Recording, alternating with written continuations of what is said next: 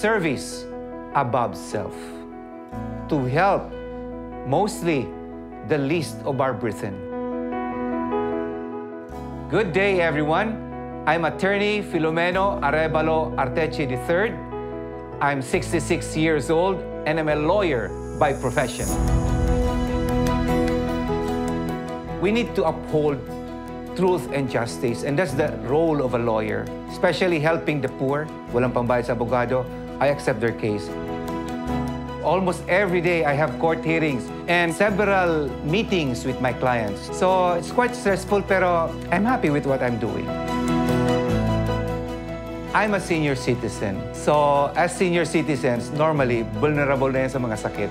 Take MX3. It's a food supplement, but at the same time, it improves your physical and mental health. It keeps you alert. Even in court proceedings, where the environment is so stressful, this helps me a lot. My weekends, I spend it with my grandchildren as my stress reliever for a week-long lawyering.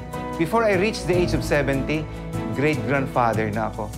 But I don't know, I don't look so old. Nagpapabata ito. Take MX3.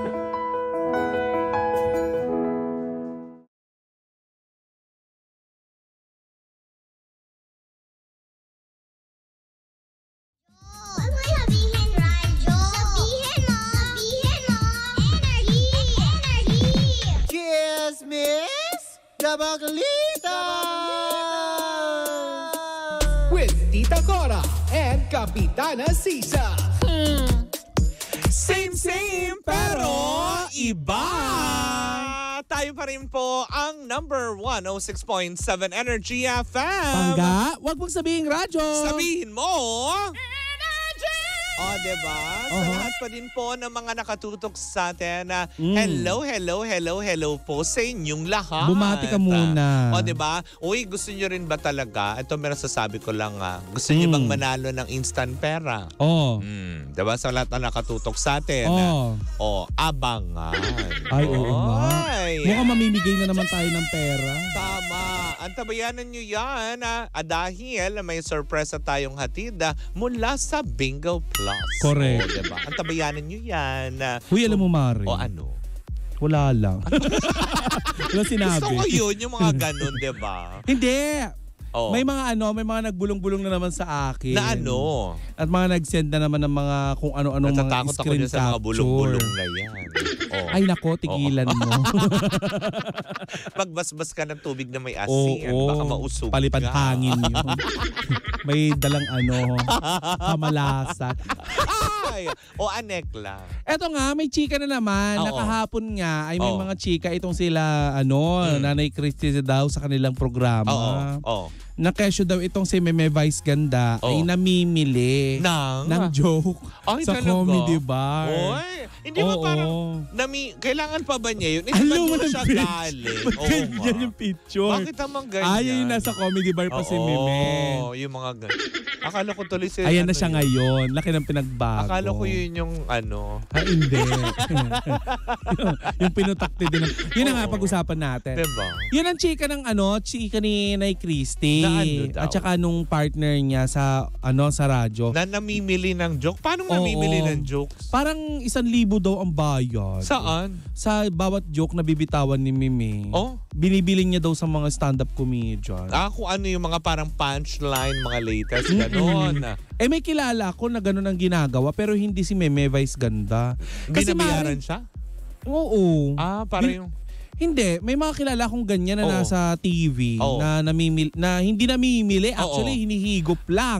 Kunwari magiinuman sila sa comedy bar tapos pag alis nila, tangay-tangay nila yung mga joke ng bakla na dapat sa entablado lang naririnig. Yan ba yung parang yung isang vlogger na Di kita bakit abot. gumano ka? Kilala mo na. Sinabi ko naman vlogger, daming vlogger. Diba? Makakabato. Klaka. Sabi mo kasi, di ba? Hindi na nga. Hindi na nga yung Kumanyan nakakalok. talaga yung kamay mo no? Mananakit ka. O bakit ba? Chika-chika kas mananakit ka. Hindi.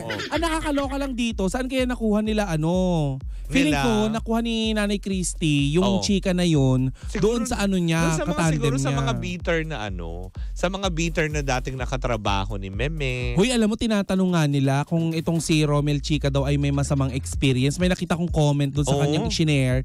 Shinare niya kasi yung post ni ni Lolito Go. Ngayon, itong sa mga netizen na tinatawag nila Nanay Christy na troll daw ni Meme Vice Ganda. Ay, talaga. Na bayaran daw Ay, ni Meme Vice Ganda. Wow! Diba? Daw? Sabing ganyan, ano bang masamang experience mo? Bayaran. Teka lang! Sandali, bayaran. Ay, di ang laki na ng utang sa atin ni Meme. Klaka. Papabayad ka ba? Hindi diba? Bawal. Hindi tsaka hindi, friends naman. Tsaka doon naman din tayo sa totoo lang. Diba? Wala na ako na chika. Ayun na naman.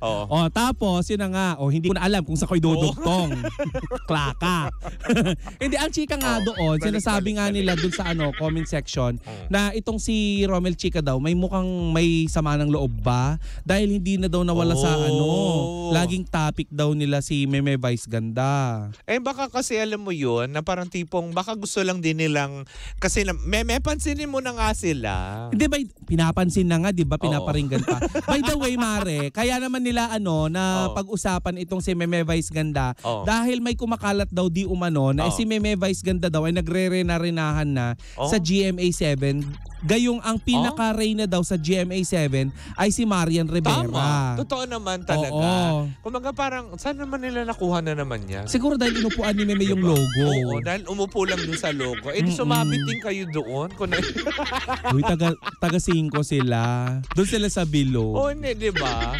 Doon sa Globo kayo maupo. Di ba? Nandyan lang yun sa may Reliance. Yung malaking bilog na pula. Di upuan nyo din, di ba? Bitin nyo ala Heidi Lindias. Di kaya kung gusto nyo itulak. Itulak nyo kung naiingit kayo. Kung ayaw nyo sumabit sa logo, di ba? Di pa gulong-gulungin nyo sa buong Reliance. Ngayon, sang katutak na naman na komento ang natanggap ni Meme Vice Ganda dun sa kanilang programa na kesyo daw sampid lang daw ito. Hindi mga kaya, ganon. dahil kumakailan, parang kahapon yata, nag-guesting si Derek Monasterio. Diba? So, ibig sabihin lang, alam mo yun, parang hindi naman ako naniniwala doon na nagre-renahan siya.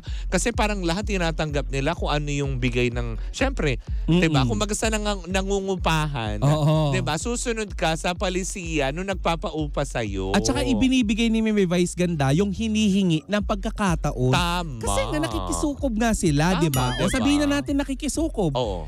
Eto pa, may chika pa sila, Mare. Naloka ako. Ano na naman? Parang hindi sila naubusan. Hindi sila napapagod. Hindi kasi nga sabi nga nila Nanay Christy na sila lang naman daw bibili ng kanilang bigas kapag naubusan sila. Kaya hindi nila pinapansin yung mga sinasabi ng ibang tao. Pero eto na, nakakaloka. Lalim nun na. May lumalabas na balita na ang unang nagbunyag nito sa kanilang channel programa, ay si Wendell Alvarez. Sinabi nga nito, Mare, na hanggang December na nga lang daw itong binigay ng GMA7 sa It's Showtime upang patunayan ang kanilang programa. Kasi kung hindi daw aangat ang ratings, tsugi. So, ibig sabihin, hanggang December ayon sa kanila. So, ibig sabihin, mas humaba. Dahil una, sabi, di ba, 3 months nga lang daw. Tapos ngayon, hanggang December. Ano ba talaga? Kaya nga. Diba? Mare, alam mo naman, di ba, sa mga shows, ilang season yung binibigay. Truth, di ba? Ngayon, totoo naman yun, na kapag di ba, marami naman tayong mga programa na nakita ng tsinugi talaga. Kung walang bumabagsak. Di ba? Tapos pa marami kang may utang, ganyan. Hindi ka nagbabayad ng renta. Tahanang pinakamasaya. Di ba? Hindi ka ba nagbabayad? Hindi ba lang kalahati? Pero kasi, Mare, imposible yan sa panahon ngayon dahil ang It's Showtime ay umiere sa ilang channel. Ang dami kaya. Di ba? Pero mo, Mare, yung 9.5 na ratings. Combined share pala yun, Mare. Di ba? Mula sa A to Z, mula sa GTV, sa kapag Pamilya Channel, tapos sa GMA7. Oo. Diba? Thankful naman kasi sila. Mas lumawak talaga yung range, Mare. Aminin naman natin. Kasi diba, let's face it guys, diba? Sa TV5 naman, yes, parang stable yung company. At saka, pero, yung coverage kasi, Mare, mismo, doon nahihirapan mag-penetrate ang Itbulaga. Diba? Eto, ako, sariling opinion ko ito, Mare. Totoo naman na wala nang dapat patunayan ng TVJ. Dahil institution, icon na yung mga yan. Parang sila, pillars of noontime shows. So ano, ang Showtime Caterpillars? Hindi. Ang ibig ko sabihin, parang wala Kumaga may pundasyon ng matindi yan. Yes, may poste. Kagaya ni Marian Rivera sa GMA7. Pero Mare kasi, sa panahon ngayon na nag-uusbungan na ang teknolohiya, ang mga makabagong henerasyon, hindi mo maiiwas or maiiwasan na ang mga kabataan ay maghanap ng makabagong palabas. Tama, diba? Which is ang Showtime. Truly, diba? Na naaangkop sa kanilang panahon, nakakasabay sa kanilang trip. Correct. Diba? Kaya ngayon, diba, nahahati. Pero pag panahon ka pa ng Sampaguita Pictures, diba? Kasi diba, ilang years na ba ang Itbulaga? Diba? Tagal na, parang 4 na dekada. Katapos pa ng student canteen, sila na yung umere, diba? 4 na dekada nga ba? Comment down below. Parang kasi 40 plus years na sila, diba? 40 years. Tama ba? Comment down below. Yeah. Ayun. Tapos, so alam na natin na kapag mga diba, kagaya ng nililinaw natin, kapag yung mga nanay-nanay, mga ganyan, syempre TVJ yan. Correct. Nanay ko TVJ. Tama, diba? Ako, it's Showtime. Marami din ang mga lalo pa, diba, yung mga na-hook up dati sa Aldab, diba, na talagang halos nanay talaga yung kanilang target market. Kaya ang ginawa ko, bumili ako ng malaking TV. Doon ako sa kwarto ko. Para may sarili. Kasi Mare, ayoko na yun ang pagmulan ng riff namin ng nanay ko. Dahil lang sa pinanonood. Diba? Dahil una sa lahat, kapag kami ay nagkaroon ng iringan ng nanay ko dahil sa TV, hindi naman kami pagbabatiin. May Vice Ganda at ng TVJ. Diba? So, doon ako. So, ang solusyon, bumili ng TV. May cellphone naman. It's your choice, diba? It's a matter of choice. Na nakakaloka. Pero nakakaloka yung kung sana naman nila nakukuha yung mga balita na yan. Ewan ko. Diba? Kinakanta na nga nila yung bwak-bwak-bwak. Diba? Diba? Hindi, totoo lang naman sa akin na parang tipong for once, hindi ba pa pwedeng tigilan nyo po muna? Tapos mag-concentrate na lang kayo to something else. Ewan ko. Like yung paano yung mga mag-file issue ng 4-piece, ganyan, 2-pack. Ay, pili ko hindi naman nila kailangan, Mare. Mukhang marami naman silang okani. Siyempre, diba? Kumukolekta na sila ng anong tawag dito? Yung binibigay kunwari pag sa pensyon, yun. May pension na kayo. Malay mo naman, meron na. Diba? So, Sabang. hindi na talaga nila kailangan. Pero hindi. Pero hindi, kidding aside lang, charot-charot lang yun. Huwag niyo seryosohin, bakla. Diba? Na nakakaloka. Pero yun lang, sana na talaga, Mare, bigyan din natin ng pagkakataong ang It's Showtime. Kasi matagal din sila wala sa walang kumbaga, ngayon pa lang sila ulit lumalaban. Tsaka wag nang dot-dotin yung mga joke ni Meme Vice Ganda. Ito naman kasi si Meme. Nakakaloka. Gina-joke pa ang GMA dati. Ngayon ginagamit tuloy sa iyo yan. Diba? Pero at least nakikita natin na ginagawa ni Meme yung best niya. Kasi diba? Parang syempre hindi lang naman din siya yung para sa sarili niya, kundi sa mga katrabaho niya. At saka ang galing niya magtimon ng isang programa, diba? Hindi sila nauubusan ng mga segments. Ganun din naman ang Itbulaga, diba? Diba? Kaya Meme, yan, ilabas mo na ang buwak-buwak-buwak song. Isama mo na yung kanta ni Kim Chiu na bawal lumabas at saka yung paus ako ni Janela Salvador. Diba? Naku, Janela, gawin mong pera. I-remix, ang diba? issue. Huwag ka mapikon dyan sa mga yan. Tandaan mo, ang pikon ay talo. Diba? Correct. Alam mo naman sa industriya at sa social media ngayon, diba? Pikunan ng labanan. Yun nga yung pinag-uusapan namin ni Kapitana Sisa ngayon. Sa panahon ngayon, kapag ang artista nagdemanda, pikon ka. Tama. Diba? Di mamikong ka rin, diba? Yung mga ganong aspeto. Gamitin mo yung platform mo. Ang mali na lang, Mare, ay kung namimikon ka, tapos yung tao walang platform. Tama. Pero kung may platform ka, gamitin mo yung platform. Go, diba? Asaran Bardagulang kayo. Diba? Anyways, ayan. Meron ka pa bang idadagdag? Wala na. Ayan. Wak. Ay, sorry, Mare. Paus ako. Kayo na lang. Ako na lang. Itabi mo. Ako na lang. Okay. Buwak. Anyways, at sumayin nyo na naman ang isang edisyon ng Baklita sa Woo Woo Woo! Muli po ako po si Kapitana Sisa. At ako naman po ang inyong Tita Cora. At tayo pa rin ang same pero iba. Tayo pa rin po ang number 106.7 Energy FM. Pangga, wag mong sabihing radyo. Sabihin mo.